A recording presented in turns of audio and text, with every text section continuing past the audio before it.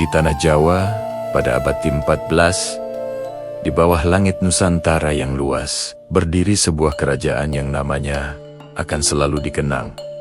Majapahit, kekuasaannya membentang luas, dan sejarahnya tidak hanya ditulis oleh raja dan panglima perang, ia juga disulam oleh takdir, oleh kisah seorang pemuda sederhana yang namanya kelak menggema lebih keras dari genderang perang.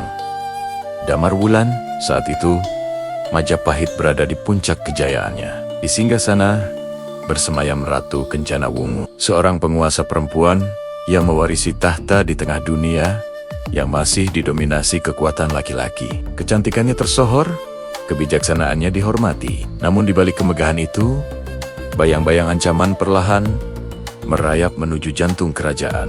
Ancaman itu datang dari timur, dari Blambangan. Seorang adipati bernama Menak Jingga, berperawakan tinggi besar, bermata tajam, dan dikenal sangat bengis. Ia bukan sekadar pembangkang biasa.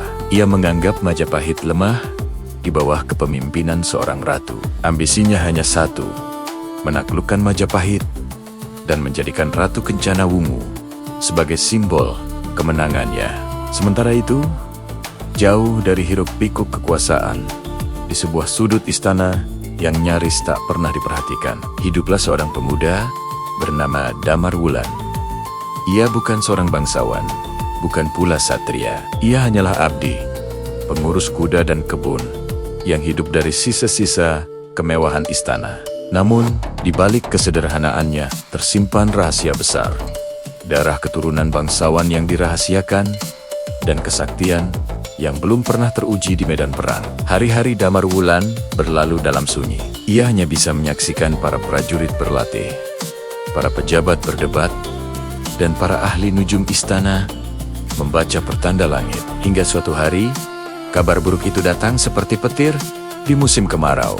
Menak Jingga secara terbuka menantang Majapahit. Ia mengirimkan pesan penghinaan, mengatakan bahwa tahta Majapahit akan segera runtuh dan darah akan mengalir jika tantangannya tidak dijawab.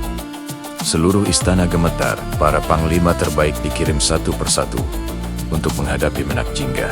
Namun, tak satu pun yang kembali dengan kemenangan. Menak Jingga bukan hanya kuat, ia juga kebal. Senjata biasa tak mampu menembus kulitnya. Setiap kekalahan menambah ketakutan. Setiap hari, Majapahit terasa semakin dekat pada kehancuran.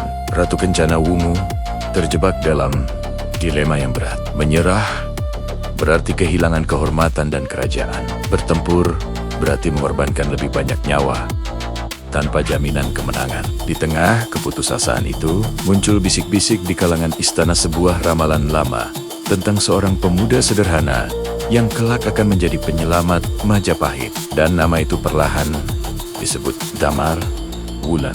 Awalnya, tak ada yang percaya. Bagaimana mungkin seorang abdi yang hina bisa menghadapi adipati sakti yang ditakuti oleh seluruh tanah Jawa. Namun, takdir seringkali memilih jalan yang tak terduga. Damarwulan, yang selama ini hanya diam, akhirnya dipanggil ke hadapan para petinggi istana.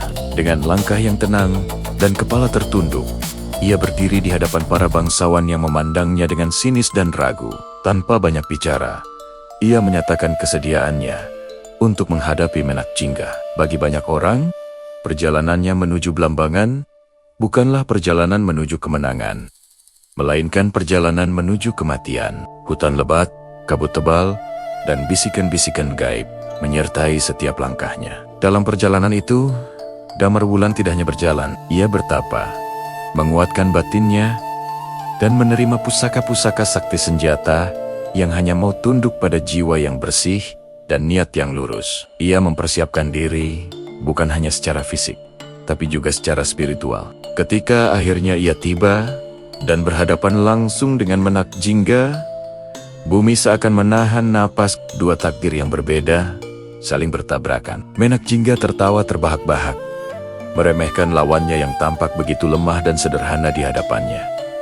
Namun, pertempuran yang terjadi bukanlah sekadar adu tenaga. Ini adalah adu kecerdikan, kesabaran, dan kehendak semesta. Damarwulan tidak terpancing oleh kesombongan Menak Jingga. Dengan siasat dan ketenangan yang luar biasa, ia berhasil menemukan satu-satunya celah, satu-satunya titik kelemahan dari kesaktian Menak Jingga. Dalam satu momen yang sangat menentukan, hening, cepat, dan tak terelakkan pusaka di tangannya berhasil menembus pertahanan sang adipati. Menak Jingga pun tumbang. Darahnya membasahi tanah yang selama ini ia kuasai dengan teror dan ketakutan. Kabar kemenangan itu menyebar lebih cepat dari angin. Majapahit telah selamat.